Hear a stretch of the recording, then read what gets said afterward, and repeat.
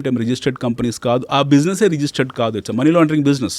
So basically ఆ interest కూడా protect చేయాలి, ఆ ఇంట్రెస్ట్ని ప్రొటెక్ట్ చేయాలి, దాన్ని ఇందులోకి ఇంక్లూడ్ చేయాలి.